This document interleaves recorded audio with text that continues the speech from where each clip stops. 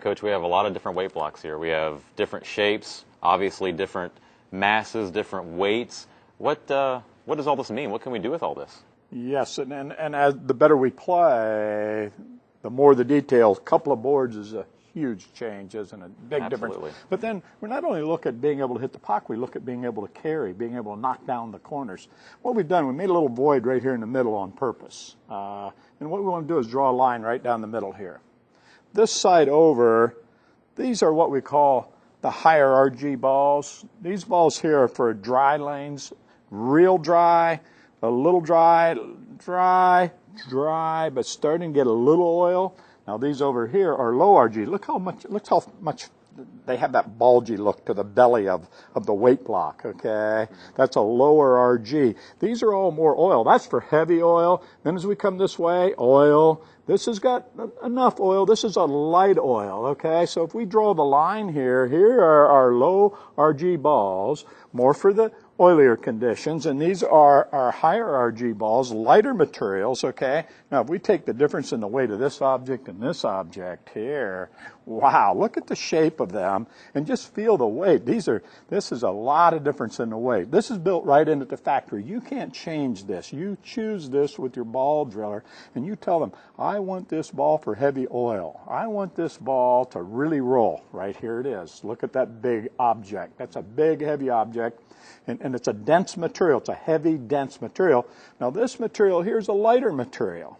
And it's a smaller object. Therefore, it'll go down the lane faster. Then what we do is we take all the other types of materials of the bowling ball. We can make most of these weigh 15 pounds. We just make the cover stock weigh a little bit more. And this one here, the cover stock's a little lighter and the core's a little heavier. And we stay within the rules of USBC with the RG rules, or radius of gyration rules. So you have these cores. And then we take them, as we've talked before, and we put them in different positions. We can put it in a 45 to make it flip and really get a lot of back-end flip out of it. Or we can stand it up when we drill it and just put the drilling right in a stand-up position. We talk about the pin.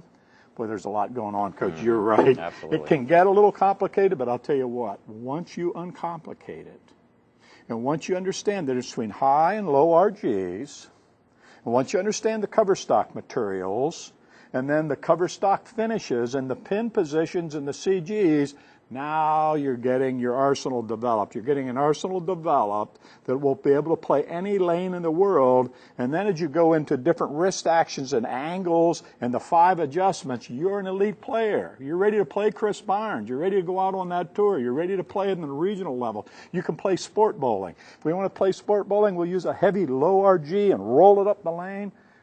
We need tools. If you're going to work on a car, you need tools. If you're going to be a player, you need tools. You can't play this game without tools.